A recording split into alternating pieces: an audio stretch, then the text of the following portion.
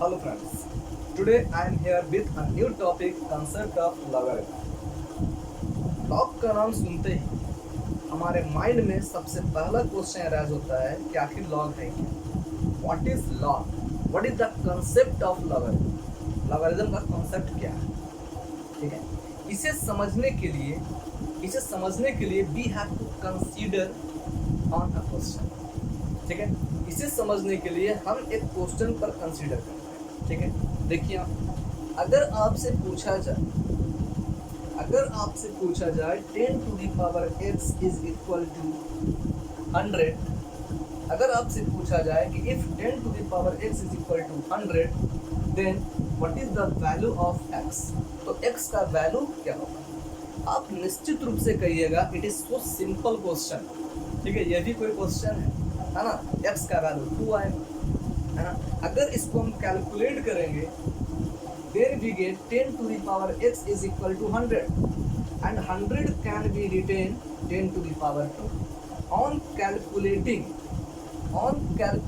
we can find the value of x is equal to, ठीक है, निश्चित रूप से बहुत ही इजी क्वेश्चन। लेकिन अगर इसी क्वेश्चन को दूसरे तरीका से पूछा जाए दूसरे वैल्यू को देकर, ठीक है, नहीं समझे? चलिए देखते हैं। अगर आपसे इसी तरह के क्वेश्चन में पूछा जाए कि for which value of x 10 to the power x is equal to 243, ठीक है, निश्चित रूप से it creates a great problem before you. ठीक है, निश्चित रूप से ये क्वेश्चन जो है आपके सामने एक प्रॉब्लम क्रिएट करेगा कि आखिर यहाँ पर x का वैल्यू कितना होगा। ठीक है ना? निश्चित रूप से ये एक तरह का कॉम्प्लेक्स क्वेश्चन लग रहा होगा। ठीक है, इसी कॉम्प्लेक्स क्वेश्चन को बहुत ही इजी तरीके से सॉल्व करने के लिए हम लॉग का यूज करते हैं। ठीक है, अब तो आपको ये समझ में आया होगा कि लॉग का यूज हम क्यों करते हैं। ठीक है, यानी कॉम्प्लेक्स कैलकुलेशन को इजी बनाने के लिए हम लॉग का यूज करते हैं। ठीक है, और लॉग का यूज आज हम ट्रिगोनोमेट्रिक में, कैलकुलस में, केमिकल काइनेटिक्स में, केमिकल इक्विलिब्रियम में, इलेक्ट्रोकेमिस्ट्री जैसे चैप्टर में निश्चित रूप से करते हैं। ठीक है, और बिना इसका यूज करके खासकर केमिस्ट्री में हम एक्यूरेट आंसर को कैलकुलेट नहीं कर सकते। ठीक है, इसी कारण लॉग के बारे में जानना it is so necessary for us. हमारे लिए लॉग के बारे में जानना बहुत ही जरूरी है। ठीक है, तो चलिए आज के बाद आपको लॉग के नाम से डर नहीं लगेगा। ठीक है, ये मेरा गारंटी। ठीक है, तो चलिए देखते हैं what is the definition of log. Log कहते हैं किसे? ठीक है,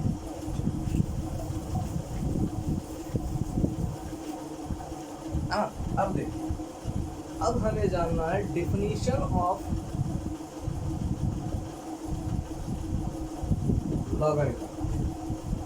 ठीक है, अगर कहा जाए कि इफ we take 3 numbers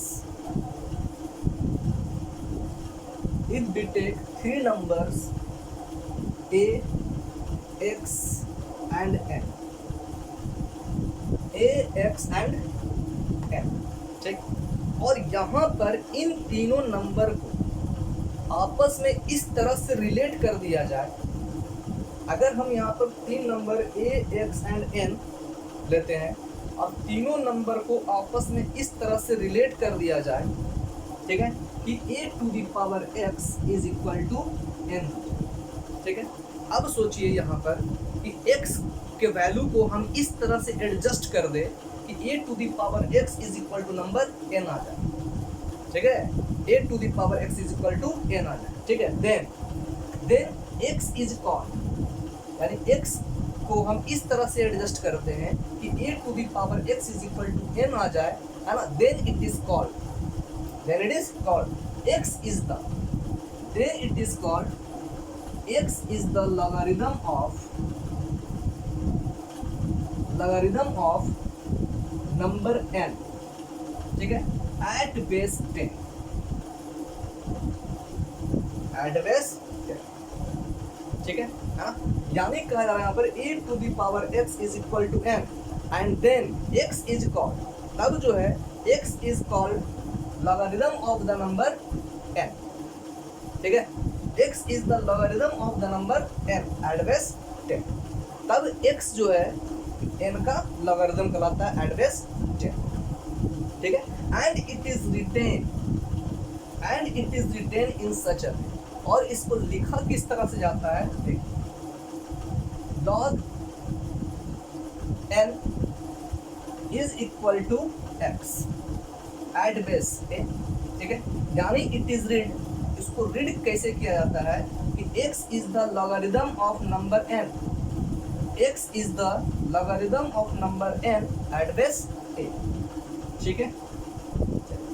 तो x का, तो log का डिफिनेशन क्या होगा कि if we take a, x and n are the three numbers, ठीक है। If we take three numbers a, x and n और ये आपस में इस तरह से रिलेट किया जाए, ठीक है, इस तरह से रिलेट किया जाए कि a to the power x is equal to n हो जाए, then x is called the logarithm of number n, ठीक है, at base a and it is written in such a, और इसको इस तरह से लिखा जाता है, ठीक है। चलिए कुछ एग्जाम्पल देखते हैं,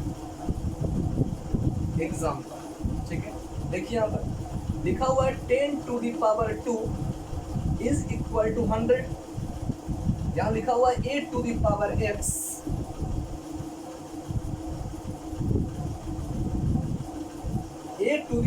x is equal to n, ठीक है।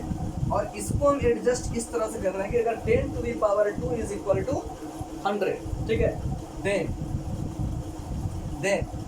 2 is the logarithm of 100 at base 10 and it is written in such a way log 100 at base 10 is equal to, ठीक है। अगर क्वेश्चन दिया रहे log 10 टू द पावर, अगर क्वेश्चन दिया रहे 10 to the power 1 is equal to क्या होगा 10, ठीक है। It is written log 10 at base 10 is equal to 1, यानी इसका मतलब है कि 1 is the logarithm of number 10 at base 10, ठीक है। अब देखिए तो इससे एक फार्मूला क्या बन रहा है, ठीक है, इससे एक फार्मूला क्या बन रहा है, देखिए तो log x to the power x log x at base x is equal to, ठीक है ना। ध्यान अगर दिया हुआ यहाँ पर a to the power x equal to n, और इसी के तरह हम एडजस्ट करके क्या लिख रहे हैं 10 to the power 2 is equal to 100, then 2 is called the logarithm of 100 at base 10 and it is written in such a way. Similarly अगर आपसे कहा जाए 10 to the power 1 is equal to 10, ठीक है, and it is said, तो क्या कहेंगे 1 is the logarithm of 10 at base 10 and it is written in such a way. और जब इसको इस तरह से हम लिख रहे हैं तो देखिए तो क्या आ रहा है log 10 at base 10 is equal to 1, ठीक है। तो फार्मूला क्या निकल गया log x at base x is equal to 1, ठीक है। एक क्वेश्चन वहाँ पे अगर दिया 5 to the power 1 is equal to 5, ठीक है, it is written log 5 at base 5 is equal to 1, देखिए log x at base x is equal to 1, so we can say एक फार्मूला क्रिएट हो रहा है कि log a at base a is equal to 1, ठीक है। आपके सामने एक फार्मूला क्रिएट हो, ठीक है, कोई दिक्कत। चल अब ध्यान दो,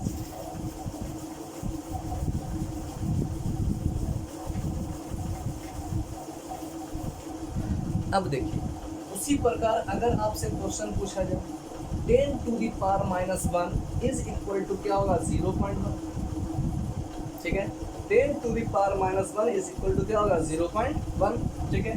अब कह रहा है यहाँ पर इसका मतलब क्या हो गया कि -1 is the logarithm, -1 is the logarithm of 0.1 at base 10 and it is written log 0.1 at base 10 is equal to -1, यानी इसका वैल्यू कितना होगा,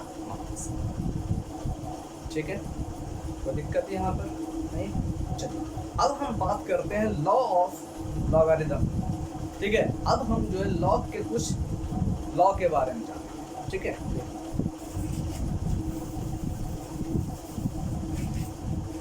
अब क्या करता है फर्स्ट लॉ। फर्स्ट लॉ क्या करता है कि लॉग a इंटू बी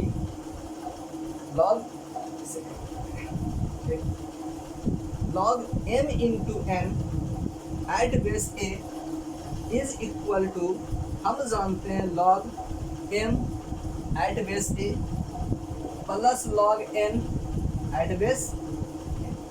ठीक है, हम जानते हैं कि log m into n, base को हम छोड़ भी सकते हैं लेकिन अभी यूज करें। ठीक है, log m into n is equal to log m plus log n at base.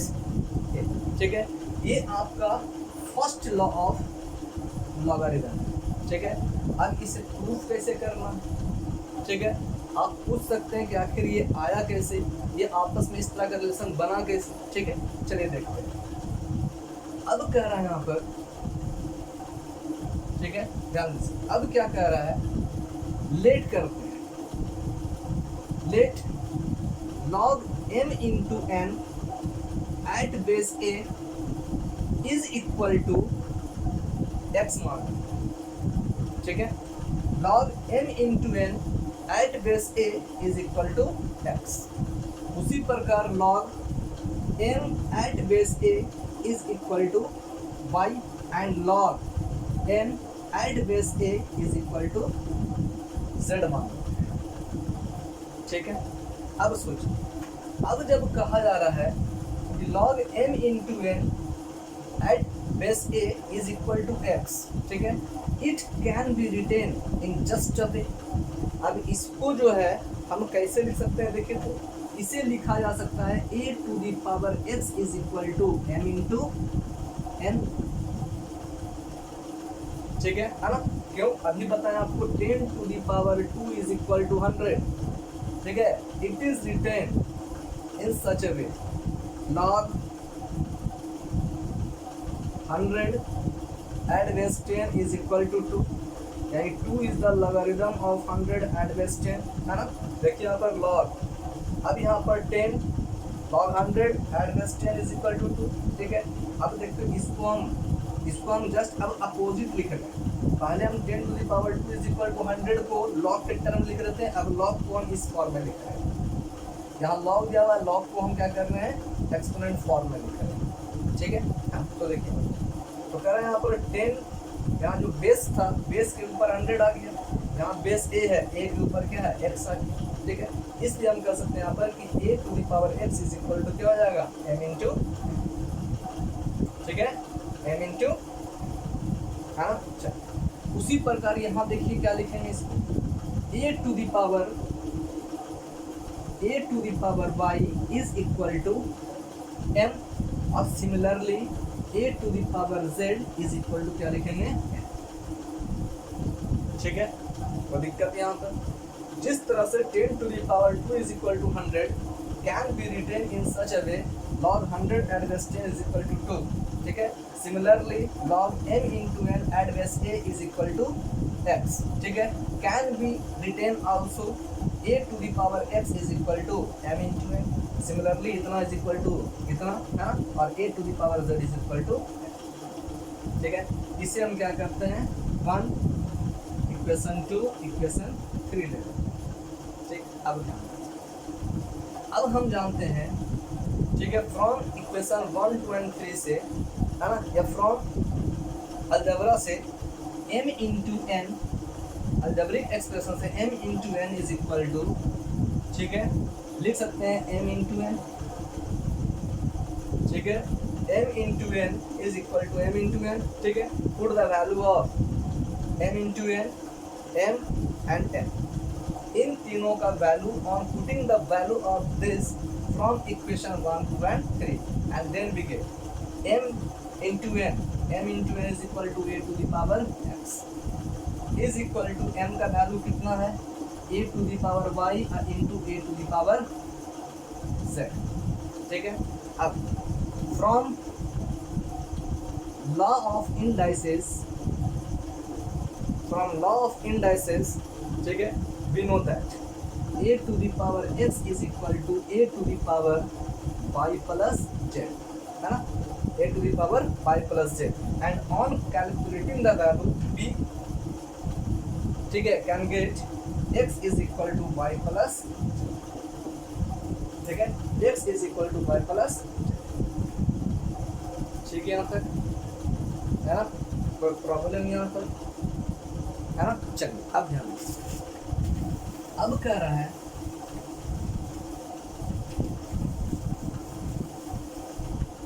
अब कहा जा रहा है कि x is equal to y plus z, we get x is equal to y plus z, ठीक है। अब कह रहा है क्या कि on putting the value of x, y and z, on putting the value of x, y and z, we get log m into n at base a is equal to log m at base a ठीक है, plus z का value कितना हो जाएगा, z का value है ना log n at base, ठीक है। देखिए तो क्या आ रहा है, log m into n is equal to log m plus log n at base, ठीक है, and in this way we can, ठीक। अब कह रहा है यहाँ पर, ठीक है, अब it is the first law of logarithm. अगर सेकेंड लॉ ऑफ लॉगरिथम का बात किया जाए, ठीक है, तो second law of logarithm is equal to log m upon n at base a is equal to log m at base a minus log n at base, ठीक है। Similarly हम इसको भी प्रूफ कर सकते हैं। Number 3, log a to the power n, log a to the power n is equal to n log a, ठीक है, ऐसा कर देते हैं, log m to the power n at base a is equal to n log m at base a, ठीक है ना। यहाँ पर हम a ले तो फिर a है ना, सिमिलर हो जाता है ना। इसी कारण हम क्या किए, log m to the power n at base a is equal to n log m to the base, ठीक है ना। चलिए, यानी अब क्या है कि law of logarithm, second law of logarithm और थर्ड लॉ ऑफ लॉगरिथम आप इसे उसी तरह से सिमिलरली प्रूव कर सकते हैं, ठीक है। तो आपका क्या है, ये होमवर्क रहा, आपको क्या करना है, इसे प्रूफ कर लेना है। प्रूफ करने के बाद अगर आंसर आ जाता है तो आप कमेंट में यस लिख देना है, और अगर नहीं आता है तो नो लिख कर आप कमेंट कर दीजिएगा, हम फिर से इसको सॉल्व कर देंगे, ठीक है। तब तक के लिए सेफ, थैंक यू।